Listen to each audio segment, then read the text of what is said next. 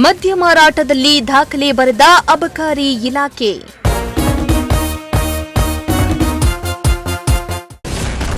ರಾಜ್ಯ ಸರ್ಕಾರಕ್ಕೆ ಒಂದೇ ತಿಂಗಳಲ್ಲಿ 3,509 ಕೋಟಿ ಆದಾಯ.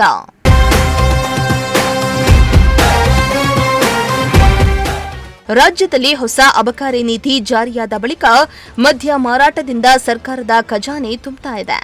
ಮೇ ಹಾಗೂ ಜೂನ್ ತಿಂಗಳ ಅವಧಿಯಲ್ಲಿ ಮದ್ಯ ಮಾರಾಟದಿಂದ ರಾಜ್ಯ ಸರ್ಕಾರಕ್ಕೆ ಬರೋಬ್ಬರಿ 3,509 ಕೋಟಿ ರೂಪಾಯಿಗೂ ಅಧಿಕ ಆದಾಯ ಹರಿದು ಬಂದಿದೆ.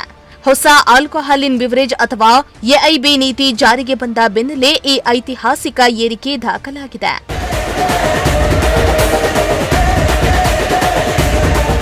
ಹೌದು, ಹೊಸ ನೀತಿಯಡಿ ಮದ್ಯ ಬಾಟಲಿಯ ಗಾತ್ರದ ಬದಲಾಗಿ ಅದರಲ್ಲಿರುವ ಆಲ್ಕೋಹಾಲ್ ಪ್ರಮಾಣವನ್ನ ಆಧರಿಸಿ ತೆರಿಗೆಯನ್ನ ವಿಧಿಸಲಾಗ್ತಾ ಇದೆ. ಈ ಹೊಸ ವ್ಯವಸ್ಥೆ ಜಾರಿಗೆ ಬಂದ ಕೇವಲ ಒಂದು ತಿಂಗಳ ಅವಧಿಯಲ್ಲಿಯೇ ರಾಜ್ಯ ಸರ್ಕಾರಕ್ಕೆ 3,509 ಕೋಟಿ ರೂಪಾಯಿಗೂ ಅಧಿಕ ಆದಾಯ ಬಂದಿದೆ. ಕಳೆದ ವರ್ಷ ಇದೇ ಅವಧಿಯಲ್ಲಿ 3,022 ಕೋಟಿ ರೂಪಾಯಿ ಆದಾಯ ದಾಖಲಾಗಿದ್ರೆ ಈ ಬಾರಿ ಗಣನೀಯ ಪ್ರಮಾಣದಲ್ಲಿ ಏರಿಕೆಯಾಗಿದೆ. ಇನ್ನು ವಿಶೇಷವಾಗಿ ಬಿಯರ್ ಮಾರಾಟದಲ್ಲಿ ಭಾರೀ ಪ್ರಮಾಣದ ಹೆಚ್ಚಳ ಕಂಡುಬಂದಿದೆ. ಕಳೆದ ವರ್ಷ ಮೇ 11ರಿಂದ ಜೂನ್ 11ರವರೆಗಿನ ಅವಧಿಗೆ ಹೋಲಿಸಿದರೆ ಈ ಬಾರಿ ಇದೇ ಅವಧಿಯಲ್ಲಿ ಬಿಯರ್ ಮಾರಾಟ ಶೇಕಡಾ 59.4ರಷ್ಟು ಹೆಚ್ಚಾಗಿದೆ. ಈ ಅವಧಿಯಲ್ಲಿ 403.1 ಲಕ್ಷ ಲೀಟರ್ ಬಿಯರ್ ಮಾರಾಟವಾಗಿದೆ ಎಂದು ಅಬಕಾರಿ ಇಲಾಖೆ ಅಂಕಿ ಅಂಶಗಳು ತಿಳಿಸಿವೆ.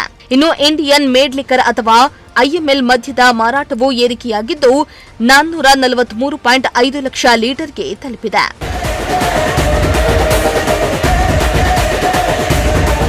ಇನ್ನು ಸಾಮಾನ್ಯವಾಗಿ ಜನರು ಹೆಚ್ಚಾಗಿ ಬಳಸುವ ವಿಸ್ಕಿ, ರಮ್, ಬ್ರ್ಯಾಂಡಿ ಹಾಗೂ ವೋಡ್ಕಾದಂತಹ ಅಗ್ಗದ ಮದ್ಯಗಳ ಬೆಲೆ ಶೇಕಡಾ 20ರಿಂದ 30ರಷ್ಟು ಹೆಚ್ಚಳವಾಗಿದೆ. ಮತ್ತೊಂದೆಡೆ ಪ್ರೀಮಿಯಂ ಹಾಗೂ ಐಷಾರಾಮಿ ವಿದೇಶಿ ಬ್ರ್ಯಾಂಡ್ ಮದ್ಯಗಳ ಬೆಲೆಯಲ್ಲಿ ಶೇಕಡಾ 16ರಿಂದ 20ರಷ್ಟು ಇಳಿಕೆಯಾಗಿದೆ.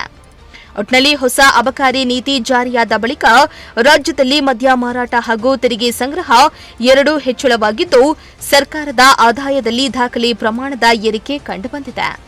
News desk Prajashakti TV, Tumakuru.